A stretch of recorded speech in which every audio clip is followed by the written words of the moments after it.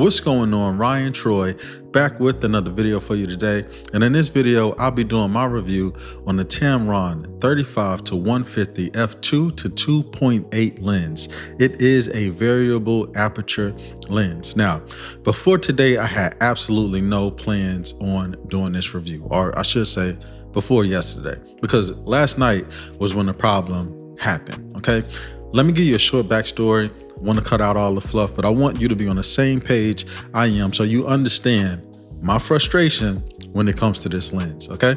Now, the camera that I shoot on is a Nikon Z8, but this doesn't apply to Nikon. So if you're a Sony shooter, if you're a Canon shooter, you're gonna understand what I'm talking about when I bring up this lens. Now, I was shooting a wedding yesterday, and I do not shoot weddings often. So usually when it comes to a 70-200, I just rent it from our local camera store. But I waited way too late, and all they had available was the Nikon 24-120 f4.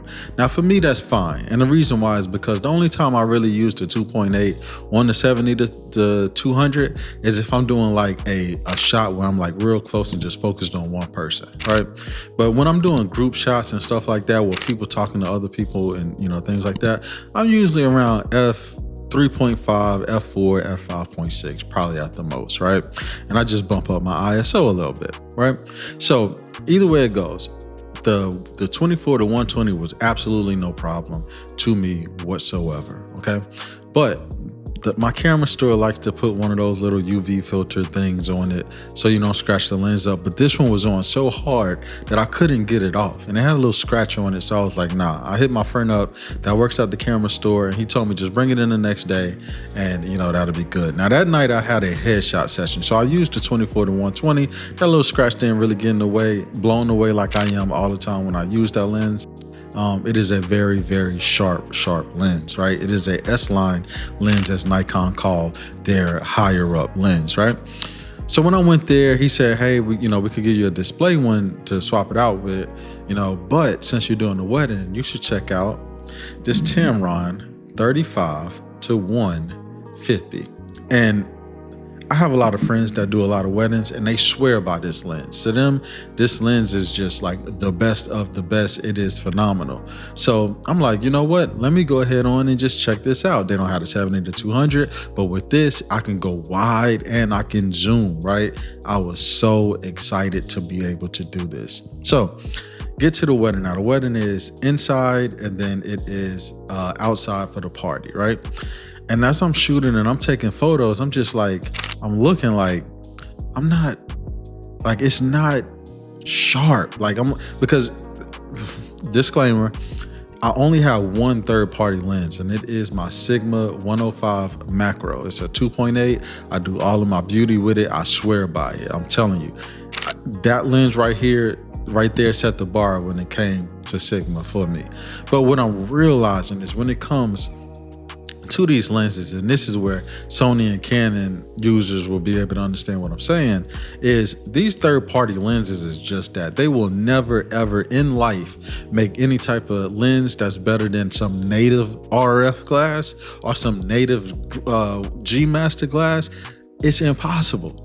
But what a lot of people do is, because these right here be cheaper or whatever, they decide they're going to go out and buy a Tamron lens, or even a Sigma lens, or a Viltrox lens, or all of these other ones, and they'll tell you it's great, it's amazing, all this other stuff. And for them it may be, but I know quality. Here's the thing. When you eat at a 5-star restaurant 24/7, you can't give me no McDonald's and think I'm going to like it. I'm not.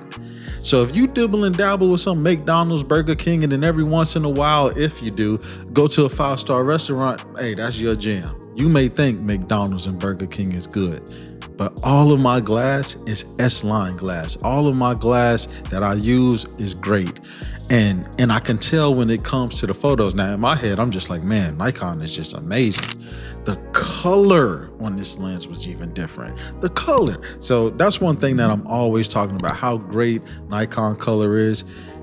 I guess that comes down to the lens as well, because the color that this Tamron lens was giving out, in my opinion, was horrible. So I started the beginning of the wedding with this, like, I didn't feel like it was sharp. It was really soft, all of that. I'm not taking pictures of pieces of paper and telling you corner sharpness. That's not how I judge a lens. The way I judge a lens is I use it. I go in the Lightroom, I go into Capture One, I zoom in, I look at it, I pixel peep. I have a Z8, I got like 45, 46 megapixels. I'm zooming in. So after that, I ended up switching to my 24-70 because I just couldn't take it anymore. Like, I'm not getting paid all of this money to deliver a horrible product, if you will.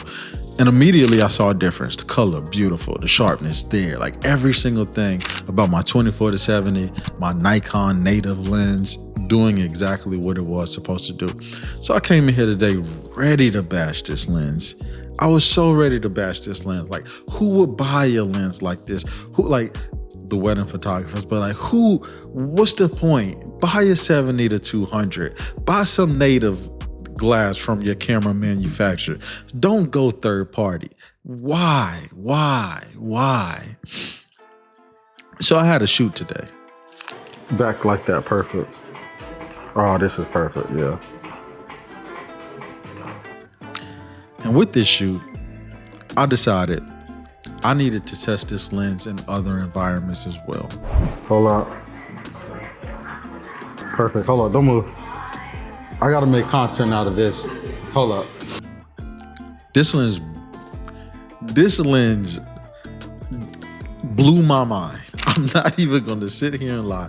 I just had one of the most amazing sessions ever with this lens right here.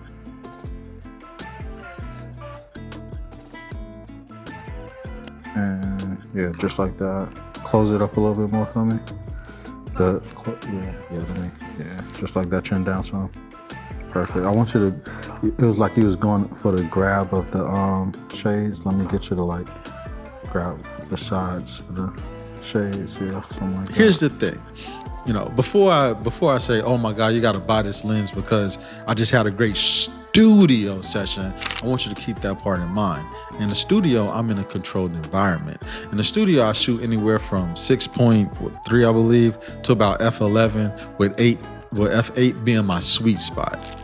A lot of lenses can perform good at f8 with a lot of light, where f8 is kind of sort of the spot in lenses where you're going to get that sharp image regardless.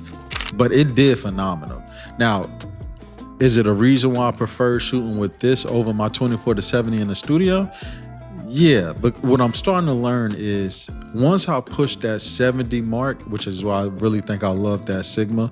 I don't really ever shoot with the Sigma at 2.8 or whatever, but it's past 70. I'm shooting at f8. It's super, super sharp. This lens gave me that same Sigma feel that I had with my 105 macro when I was using it. You know, even the color was even good in the studio. Like, I'm looking at this lens like, how are you performing so good right now? But on a wedding, when I'm there, and it wasn't like the light was horrible inside as well. Now, I had, my flashes and everything going off. It was lit good. It just didn't do it didn't do anything like a 70-200 would do at all. Like, I didn't get none of those type of vibes from this lens. So my whole thing is this. Who is this lens for?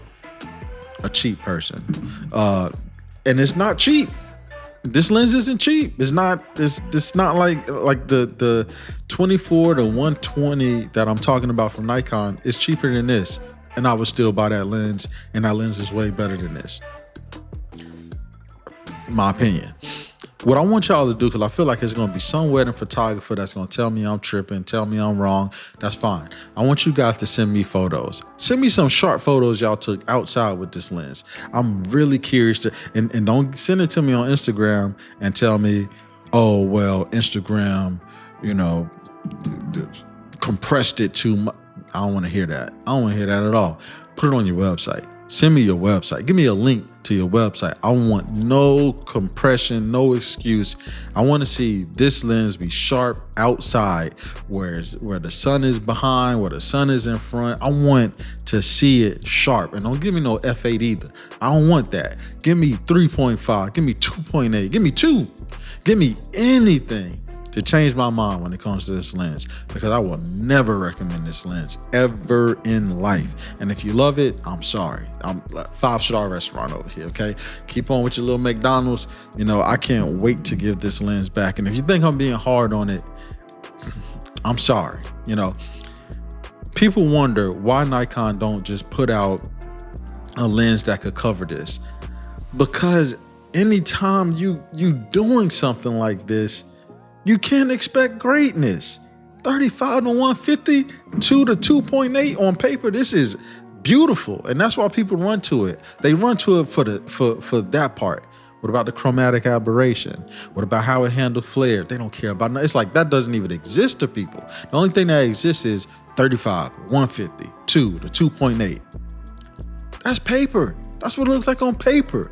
Show me some good images. Show me this lens performing at 150, and then take the 70 to 200 and put that at 150 and put them side by side. And I guarantee you, whether you shoot Sony, whether you shoot Canon, whether you shoot Nikon, whether you shoot any other thing, your native 70 to 200 will blow this out the water 5 days out the week, probably 7 and twice on Sunday. So there you have it. I'm going to end my rant, my review. This is probably a video that I'm probably going to get the most dislikes, because a lot of people really love this lens, but I'm fine with that because that was my experience. Okay. So I'm Ryan Troy, and till the next time, peace.